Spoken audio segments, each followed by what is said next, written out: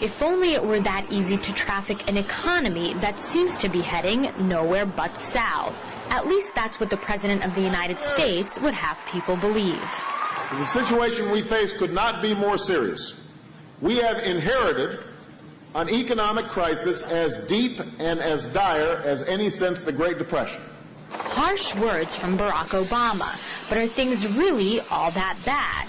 I asked two prominent U.S. policymakers what they thought, but these politicians don't seem to agree on much of anything. Barack Obama has said that this economic situation is the worst crisis since the Great Depression. Do you agree with that? To say that this is in any sense comparable to the Great Depression is a huge exaggeration. I think it's bad. I think he's probably right on that.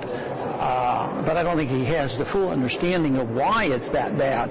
Do you think that a Wall Street meltdown is now imminent?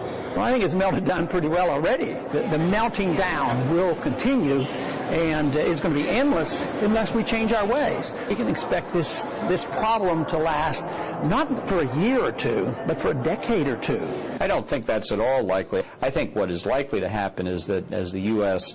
led the fall into recession, it will also lead the recovery out. Economists predict the beginning of a recovery toward the end of this year or early next year. And when it comes to foreign policy, Barack Obama's priorities are pretty clear. Barack Obama says that he plans to deploy 17,000 more troops into Afghanistan. Do you agree with this? I think it's a sound decision to increase the troop levels. I think it's an outrage. Right now we've suffered the most because we're paying for our foreign intervention overseas. But foreign policies don't change. It doesn't change with Democrats or Republicans. They're all interventionists. They all believe in the world empire. And apparently they believe that more spending, over $1 trillion more, will help the economy.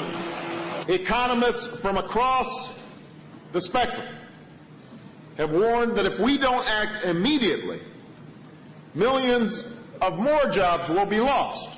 No, it's the wrong kind of stimulus. I think it's the most foolish trend that we've ever been involved in our whole history. Whether it has to do with the economy or foreign policy, the very leaders that Americans look to for solutions seem to be taking them into completely opposite directions. Dina Gosofsky, RT, Washington, D.C.